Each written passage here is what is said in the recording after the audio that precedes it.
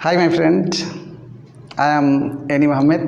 Welcome to my channel Anyway Learning English. তো বন্ধুরা তোমাদের সাথে আমি আজকে যে টপিকসটা নিয়ে আলোচনা করব তার নাম চেঞ্জ পারসন ইন ন্যারেশন, অর্থাৎ ন্যারেশনে যে পার্সনের পরিবর্তন করতে হবে সেই সম্পর্কে তোমরা আমাদের এই আলোচনার শেষ পর্যন্ত থাকবে বলে আমরা বিশ্বাস করি। তোমরা তো জানো ডিরেক্ট ন্যারেশন থেকে যখন আমরা ইনডিরেক্ট ন্যারেশনে যাব তখন কিন্তু আমাদের অনেকগুলো ধাপ অতিক্রম করতে হয়। ধাপগুলো কি? যেমন আমাদের রিপোর্টিং ভার্বের পরিবর্তন করতে হয়, ইনভার্টেড কোমা উঠায় দিয়ে সংযুক্ত করতে হয়, একটা লিঙ্কিং ওয়ার্ড যাকে আমরা বলি লিঙ্কার বা সেন্টেন্স কানেক্টর, তারপরে আমাদের পরিবর্তন করতে হয় সাবজেক্টের, টেন্সের, অ্যাডভার্বিয়াল অফ টাইম এবং প্লেসকে। তো বন্ধুরা, এতগুলো পরিবর্তনের মধ্যে সবচাইতে যেটা আমার কাছে মনে হয় বেশি গুরুত্বপূর্ণ সেটা হচ্ছে পার্সনের পরিবর্তন। কারণ অধিকাংশ স্টুডেন্ট কিন্তু ভুল করে পার্সনের পরিবর্তনের ক্ষেত্রে। এই লেকচারের মাধ্যমে যদি কোনো পার্সনের পরিবর্তন তোমাদের কনফিউশন থাকে ইনশাল্লাহ দূর হবে। তো ফার্স্টেই কিন্তু প্রশ্ন জাগে যে পার্সন আমি চিনি কিনা, তাই না? তো পার্সন যদি চিনতে চাই ফার্স্টে পার্সনের সংজ্ঞা জানতে হবে। পার্সন কি? যে বলে সেও পার্সন, যাকে বলা হয় সেও পার্সন, এবং যার সম্পর্কে বলা হয় সেও কিন্তু পার্সন। তার মানে পার্সন তিন প্রকার: ফার্স্ট পার্সন, সেকেন্ড পার্সন এবং থার্ড পার্সন। যে বলে ফার্স্ট পার্সন, যাকে বলা হয় সেকেন্ড পার্সন, আর যার সম্পর্কে কিছু বলা হয় থার্ড পার্সন। আর ফার্স্ট পার্সন বাংলায় কি? আমি, আমরা। ইংলিশে যদি টার্ন নিই তাহলে হবে আই এবং উই। আর সেকেন্ড পার্সন বাংলাতে তুমি, তোমরা, আর ইংলিশ হবে ইউ। আর ফার্স্ট পার্সন আর সেকেন্ড পার্সন বাদে যত পার্সন থাকবে সবগুলোই কিন্তু হবে আমাদের সেকেন্ড পার্সন।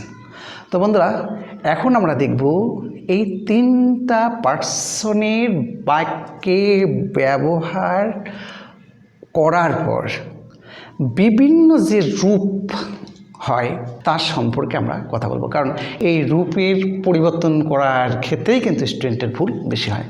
তো কি ফর্ম থাকে? যখন ভার্বের আগে কোনো পার্সন থাকে তাহলে তার নাম হয় নমিনেটিভ ফর্ম বা সাবজেক্টিভ ফর্ম। আর যখন ভার্বের পরে বসে তখন তার নাম হয় অবজেক্টিভ ফর্ম। আর যখন অধিকার বোঝায় তখন হয় পজেসিভ ফর্ম। তো পজেসিভ ফর্ম যখন হয় তখন কিন্তু প্রোনাউনগুলো অ্যাডজেক্টিভে রূপান্তর হয়। আবারও বলি, আজকে কিন্তু আমরা যে পার্সনটা পড়াচ্ছি এটা আসলে মূলত প্রোনাউনেরই একটা শ্রেণীবিভাগ, যার নাম পার্সোনাল প্রোনাউন, অর্থাৎ প্রোনাউন ইন কেস নিয়ে আমাদের আলোচনা করা। এইগুলি মূলত আমাদের ডাইরেক্ট থেকে ইনডাইরেক্ট ন্যারেশন করার জন্য বেশি দরকার হয়। তো বন্ধুরা, তো পজেসিভ রূপ দ্বারা অধিকার বোঝায়, আর ডাবল পজেসিভ দ্বারাও অধিকার বোঝায়, কিন্তু ডাবল পজেসিভের পরে কোনো নাউন থাকে না। আর সিঙ্গেল পজেসিভের পরে আমাদেরকে নাউন বসাতে হয়, যেমন মাই বুক, হিজ বুক। কিন্তু মাইন্ড যদি বলে দিস বুক ইজ মাইন, তাহলে কিন্তু মাইনের পরে আর বুকের দরকার হয় না। সেই জন্য অনেকে বলে পজেসিভের মধ্যে দুইটি শক্তি আছে, একটি প্রোনাউনের শক্তি তো বটেই, তার সাথে একটা নাউনের শক্তিও আছে। আর সবার শেষে কি? রিফ্লেক্সিভ। তো রিফ্লেক্সিভ কথার অর্থ আমরা বলতে পারি শর্টকাটে নিজে নিজে। কখনো কখনো ইমফ্যাসিস করার ক্ষেত্রেও, অর্থাৎ কোনো বাক্যকে জোর করার ক্ষেত্রেও রিফ্লেক্সিভ ফর্মটা আমরা ব্যবহার করব। তো এখন দেখি বিভিন্ন পার্সনের ফর্মগুলো। যেমন ফার্স্ট পার্সন আই একটা নমিনেটিভ ফর্ম, আয়ের objective form me, possessive form my, double possessive mine এবং reflexive myself. We nominative form, তারপরে আস অবজেক্টিভ ফর্ম, আওয়ার আমাদের পজেসিভ ফর্ম, আওয়ার্স আমাদের ডাবল পজেসিভ এবং আওয়ার সেলফ আমাদের reflexive. You আমাদের nominative, you যখন ভার্বের পরে যাবে অবজেক্টিভ ফর্ম, তারপরে যখন হবে সিঙ্গেল পজেসিভ ইউর, ডবল হলে পরে হবে yours এবং যদি হয় রিফ্লেক্সিভ। তো ইউ দ্বারা এক বচন বোঝায়, আবার বহু বচন বোঝায়। যদি এক বচন বোঝায় তাহলে হবে yourself, আর যদি বহু বচন হয় তাহলে বোঝাবে yourself। এখন যাব আমরা third person. He nominative form, objective form him, positive form his এবং ডবল পজিটিভ ফর্মও হিজ, আর হিমসেলফ হবে রিফ্লেক্সিভ ফর্ম, আর সি সাবজেক্টিভ ফর্ম, আর সির অবজেক্ট ফর্ম হবে হার, পজিটিভও হবে হার, ডাবল পজিটিভ হবে হার্স এবং রিফ্লেক্সিভ হবে হারসেলফ। তারপরে দে নিজেই nominative form, objective form them, positive form their, double positive theirs এবং রিফ্লেক্সিভ দেমসেলফ। বন্ধুরা, ইট নমিনেটিভ এবং অবজেক্টিভ ফর্ম একই, আর পজিটিভ ফর্ম ইটস এবং রিফ্লেক্সিভ ইটসেলফ। তো বন্ধুরা, এগুলো কেন আমরা পড়ছি? আমরা এই জন্য পড়ছি, যখন আমরা পার্সন পরিবর্তন করতে যাব তখন কিন্তু পার্সন পরিবর্তন ঠিকই হবে, কিন্তু ফর্মগুলো অর্থাৎ যে পার্সনের আমি পরিবর্তন করব সেই পার্সনের যে ফর্মটা ছিল পরিবর্তিত প্রোনাউন বা পার্সনও একই ফর্মেই থাকবে, ফর্ম কিন্তু কোনো চেঞ্জ করা যাবে না। যার ফলে তোমাদেরকে এই চারটা মুখস্থই করতে হবে। তো বন্ধুরা, এখন দেখব কিভাবে পার্সনগুলো ডিরেক্ট ন্যারেশন থেকে ইনডিরেক্ট ন্যারেশনে পরিবর্তন করব সে সম্পর্কে কিছু কথা।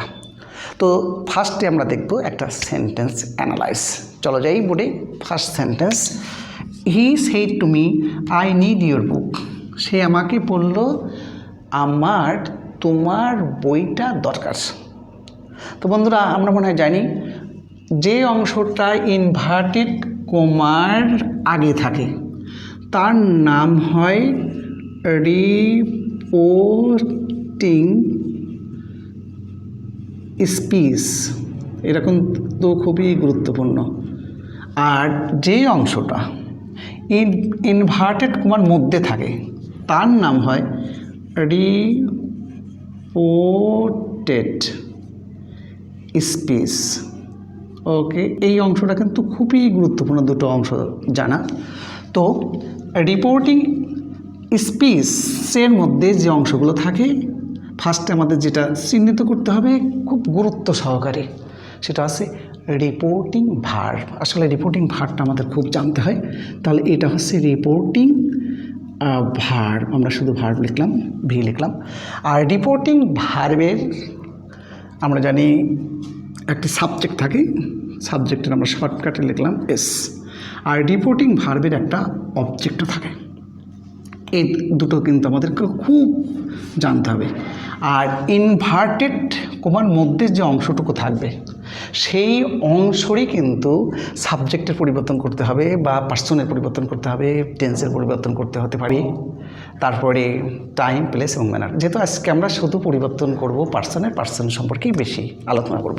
তো বন্ধুরা, আর রিপোর্টেড স্পিচটা যদি দেখি তাহলে কিন্তু আমরা এখানে দুইটি person pi, one is I, another is yours.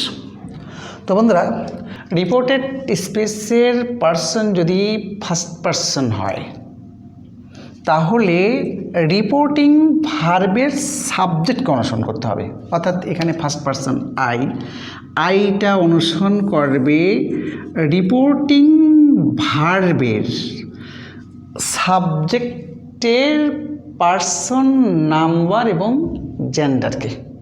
বন্ধুরা, তাহলে এখানে আমাদের খেয়াল রাখতে হবে। আর যদি সেকেন্ড পার্সন হয় তাহলে কি করবে? সেকেন্ড পার্সন হলে পরে রিপোর্টিং ভার্বের অবজেক্টকে অনুসরণ করবে। আর যদি হয় থার্ড পার্সন, এখানে আমরা থার্ড পার্সন, তা থার্ড পার্সন যদি হয় তাহলে কোনো পার্সনকেই অনুসরণ করবে না। যদি হয় থার্ড পার্সন তাহলে কোনো চেঞ্জই আসবে না। তো বন্ধুরা এই তিনটা নিয়মকে যদি আমরা মনে রাখতে চাই তাহলে আমাদের একটা সুন্দর ফর্মুলা আমাদের মাথায় রাখতে হবে। ফর্মুলাটা হচ্ছে, চলো যাই ফর্মুলায়, SON বা সান ফর্মুলা। সান ফর্মুলাটা কি? এই SON এর এস দ্বারা বোঝানো হয়েছে রিপোর্টিং ভার্বের সাবজেক্ট, তার মানে এটা। আর ও দ্বারা বোঝানো হয়েছে রিপোর্টিং ভার্বের অবজেক্ট, অর্থাৎ এই অংশটা। আর এন দ্বারা বোঝানো হয়েছে নো সেন্স, অর্থাৎ থার্ড পার্সনের ক্ষেত্রে প্রযোজ্য হবে। আর এখানে 1, 2, 3 দ্বারা কি বোঝানো হয়েছে? রিপোর্টেড স্পিচের মধ্যে যে পার্সনগুলো আছে, যেমন ফার্স্ট পার্সনের জন্য 1, সেকেন্ড পার্সনের জন্য 2 এবং থার্ড পার্সনের জন্য বোঝানো হয়েছে 3 বা 3। তো ফার্স্ট পার্সন অনুসরণ করবে রিপোর্টিং ভার্বের সাবজেক্টকে, অর্থাৎ রিপোর্টিং ভার্বের সাবজেক্ট যেমন হবে তেমনই পরিবর্তন করতে হবে। আর যদি হয় সেকেন্ড পার্সন তাহলে রিপোর্টিং ভার্বের অবজেক্টকে অনুসরণ করবে। আর যদি থার্ড পার্সন হয় তাহলে অনুসরণ করবে এনকে, তার মানে নো সেন্স, অর্থাৎ কোনো পরিবর্তনই আসবে না। যেমন এখানে হির আমরা পরিবর্তন করতে পারবো না। তো বন্ধুরা এখন যাই এক্সাম্পলে আরও সুন্দরভাবে বোঝার জন্য। তো ফার্স্ট এক্সাম্পলে আমরা যাব। তো ফার্স্ট এক্সাম্পল যদি আমরা এখন দেখি, আমরা এখন ফার্স্ট এক্সাম্পলে যাব। তো বন্ধুরা হি টোল মি দ্যাট, আমরা জানি যদি অবজেক্ট থাকে তাহলে টোল ব্যবহার করাটা উত্তম। আর ইনভার্টেড কমা উঠাই দিয়ে আমরা একটা দ্যাট ব্যবহার করলাম। এটা মনে হয় আমরা আগেকার আমাদের যে ভিডিওটা আপলোড করেছি সেখানে দেখানোর চেষ্টা করেছি। এখন যাব পার্সনের পরিবর্তন। এখানে ছিল ফার্স্ট পার্সন। তো ফার্স্ট পার্সন যদি হয় তাহলে রিপোর্টিং ভার্বের অবশ্যই সাবজেক্টকে অনুসরণ করতে হবে। সাবজেক্টটা কী ছিল? সাবজেক্টটা ছিল এখানে থার্ড পার্সন, তাহলে আমরা এখানে থার্ড পার্সন হি ব্যবহার করতে হবে। যদি বলা হয় কেন হি ব্যবহার করতে হবে, এই ফার্স্ট পার্সনটা কিন্তু ছিল নমিনেটিভ, যাকে বলে আমরা সাবজেক্টিভ ফর্মটা ঠিক রাখতে হবে, তার মানে এখানে হি হবে। তারপরে নিয়ম অনুসারে যেহেতু টোলটা আছে পাস্ট টেন্সে, আমরা ব্যবহার করব এখানেও পাস্ট টেন্স, কারণ আমরা জানি সিকোয়েন্স অফ টেন্স ঠিক রাখতে হয়। আগের অংশটা পাস্ট টেন্স হলে পরে পরের অংশটা সাধারণত পাস্ট টেন্স হয়। এবার যাব আমরা আরেকটি পার্সনের পরিবর্তনের ক্ষেত্রে, সেকেন্ড পার্সন ইয়োর। তো আমরা জানি ইয়োর সেকেন্ড পার্সন হয়, অনুসরণ করবে কাকে? মিকে, অর্থাৎ অবজেক্টকে। তো অবজেক্টকে যখন অনুসরণ করবে আমরা জানি মি আসছে আমাদের আইয়ের অবজেক্টিভ ফর্ম মি, আর এখানে আছে ইয়োর আমাদের পজেসিভ ফর্ম, যার ফলে কিন্তু আমাদেরকে ব্যবহার করতে হবে পজেসিভ ফর্মই, অর্থাৎ মাই বুক। তাহলে পরিপূর্ণ সেন্টেন্সটা হচ্ছে হি টোল্ড মি দ্যাট, সে আমাকে বলল যে, হি নিডেড মাই বুক, তার দরকার ছিল আমার বইটা। এটা হচ্ছে ইনডিরেক্ট ন্যারেশন। তাহলে আমরা পার্সনের পরিবর্তনটা করলাম। তো বন্ধুরা এখন যাব আমাদের দ্বিতীয় এক্সাম্পলে। আই সেড টু হার, আমি তাকে বললাম হি ক্যান হেল্প ইউ, সে তোমাকে সাহায্য করতে পারে। ওকে, তো reported speech he can help us, এই অংশের মধ্যে দুইটি পার্সন আছে। ফার্স্ট যেটা হি, আমরা জানি এটা থার্ড পার্সন, আর ইউটা সেকেন্ড পার্সন। তো থার্ড পার্সনের তো কোনো পরিবর্তনই হয় না, পরিবর্তন হয় সেকেন্ড পার্সন।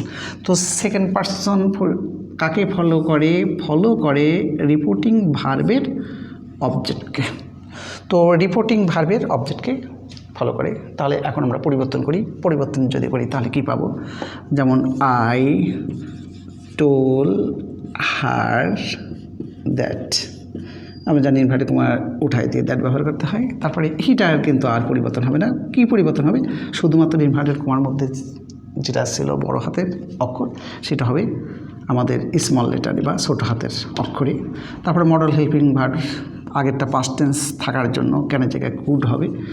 তারপর আমরা মূল ভার্বটা লিখব হেল্প, আর পার্সন পরিবর্তন করব। এখানে আমরা হার অনুসারে পরিবর্তন করব। আমরা জানি হেল্পিং ভার্বের পরে আমরা অবজেক্টিভ ফর্ম বলবে, যার ফলে এখানে উত্তর হবে her. I told her that he could help her. তো বন্ধুরা তাহলে ইউ পরিবর্তন হয়ে হার হলো। তো এই হলো আমাদের পার্সনের পরিবর্তনের কিছু নিয়ম। তো বন্ধুরা কিছুটা ব্যতিক্রমও কিন্তু থাকে। চলো দেখি এখন দুইটি ব্যতিক্রমধর্মী ব্যবহার। তো উইয়ের ব্যবহার বিশেষ করে উই যদি রিপোর্টেড স্পিচের সাবজেক্ট হিসাবে ব্যবহার করা হয়, আমরা জানি উইটা আমাদের ফার্স্ট পারসন বহুবচন বা প্লুরাল নাম্বার। তো ফার্স্ট পারসন হলে পরে আমরা জানি অনুসরণ করে রিপোর্টিং ভার্বের সাবজেক্টকে। দ্য পায়াস স্যাড, ধার্মিকেরা বলেন উই মাস্ট ডাই, আমরা মারা যাব। তাহলে এখানে সাবজেক্ট দ্য পায়াস বা ধার্মিকেরা। ধার্মিকেরা যদি হয় তাহলে তো হওয়ার কথা ছিল পরিবর্তন হয়ে এটা থার্ড পার্সনের বহুবচন হিসাবে দে, কিন্তু এখানে কিন্তু তা হবে না। কারণ কি, ওই দ্বারা যদি ইউনিভার্সাল অর্থ প্রকাশ করে বা সার্বজনীন অর্থ প্রকাশ করে তাহলে উইয়ের পরিবর্তন হয় না। তাহলে উত্তরটা কী হবে? উত্তরটা হবে the pious said that we must die। আবার মাস্ট থাকলে পরে হ্যাভ টু হয়, এই নিয়মেও এই ক্ষেত্রে প্রযোজ্য হবে না। এখন দেখবো আমরা আর একটা example. The Daily Star Sage we have publish the news.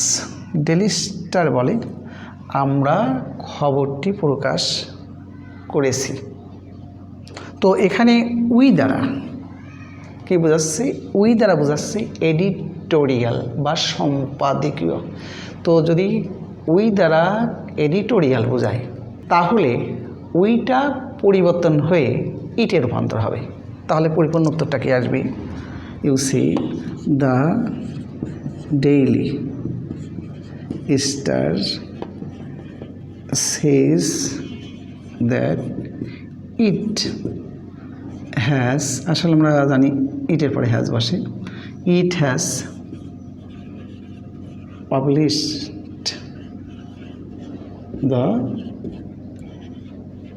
News. তো বন্ধুরা আরেকটা কথা না বললেই নয়, যদি রিপোর্টিং ভার্ব প্রেজেন্ট টেন্স হয় তাহলে আমরা জানি রিপোর্টেড স্পিচের পরে যে ভার্ব থাকে অর্থাৎ সেই ভার্বের টেন্সের কোনো পরিবর্তন হয় না। আগেরটা প্রেজেন্ট টেন্স, পরেরটাও প্রেজেন্ট টেন্স। তো বন্ধুরা এই হলো আমাদের পার্সন পরিবর্তনের কিছু নিয়ম ডাইরেক্ট থেকে ইনডাইরেক্ট ন্যারেশন করার ক্ষেত্রে। আর সেই সাথে দুইটি ব্যতিক্রম। আসলে অনেক প্র্যাকটিস কিন্তু আমাদের করতে হয়। আমরা যে অল্প সংখ্যক প্র্যাকটিসের মাধ্যমে আমরা পার্সনের পরিবর্তন করছি এটাই কিন্তু মূল কথা নয়। যেমন আমরা দেখাতে পারিনি ডাবল পসেসিভের ব্যবহার, তারপরে রিফ্লেক্সিভের। তো পরবর্তী পর্যায়ে আমরা আরও বিস্তারিত আলোচনা করার চেষ্টা করব। সবাই তোমরা ভালো থেকো, আমার জন্য তোমরা স্ব ধর্ম অনুসারে দোয়া করবে। সবাই ভালো থাকি, সবাইকে ভালো রাখি। আল্লাহ হাফেজ।